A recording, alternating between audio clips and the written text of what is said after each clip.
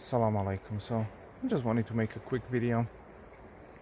It's something I actually had Jummah about in my khutbah, and that's not listening to non-Muslims when it comes to any advice that relates to like living a life.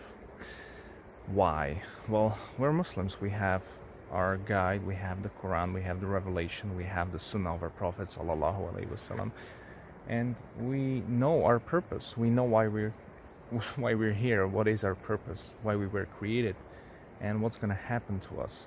So we have sort of a GPS through life.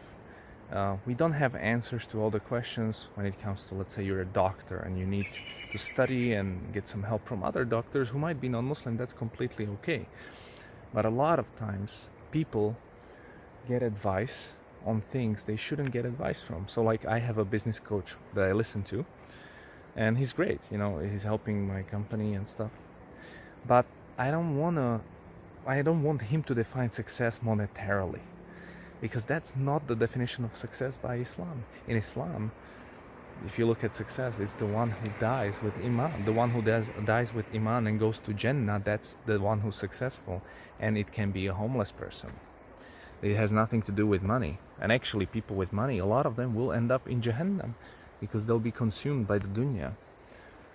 So it's like a reverse basically simulation. We live in this simulation, and Jannah and Jahannam is just a reversal of this, like the what do I say, results of this test on reverse, because they go on forever. This coach started giving me advice about the marriage. I'm like, what? How to have a successful marriage because it impacts your business. I'm like, cool, but my definition of marriage is a bit different. So in Islam, if you want to have kids, you don't listen to them, you listen to your sheikh, or you look at your madhab or the authentic sources, and that's how you decide.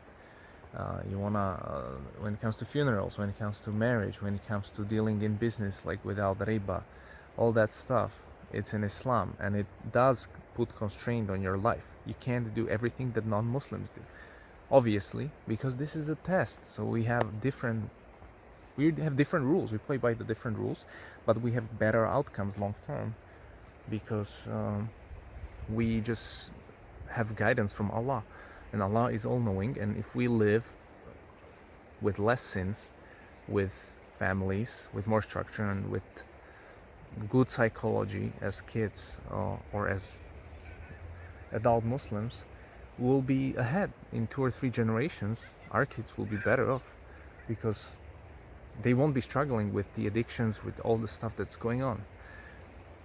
So that's our guidance. So my message is, you shouldn't listen to non-Muslims when it comes to advice.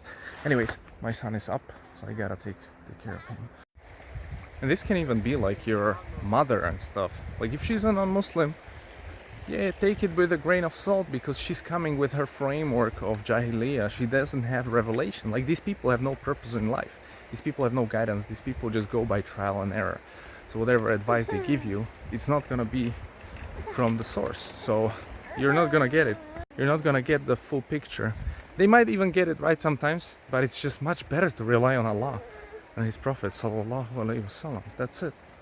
We know exactly what our purpose is, and we know how successful marriage should look like, and we know how to live, because we have our Prophet who showed us this. And if you listen to these guys, they maybe associate money with wealth, but you have to ask, what is the evidence for that belief? And you see, it doesn't exist. Like, a lot of people who are wealthy, they are like very unhappy, or they don't have like successful lives, because maybe they have money, but they are divorced, they're overweight, they are depressed, suicidal. So that's not really happy. Like, I would rather be in like Bangladesh and be happy with what I have there, and not have any money, but I have a good family or whatever. So these things are contextual, and the Western world overemphasizes material gains, so obviously they think happiness is there, and it's a big trick. So just be careful if you have somebody talk to you about life advice, because they might not necessarily even know what they're talking about. So just stick with the Quran and Sunnah. That's all you need, to be honest. But that doesn't mean you shouldn't listen to non-Muslims, because they're really good in a lot of things. So you should like take their advice in the field where they're experts, or where you are. So take the business advice, take the advice about, if you're a doctor, take the student advice, but filter it through Islam and just squeeze in what the value of that advice is, and leave out the rest, non-Islamic stuff. Hope that makes sense. That's my quick video. Assalamu alaikum wa rahmatullahi wa barakatuhu. Be in touch very soon.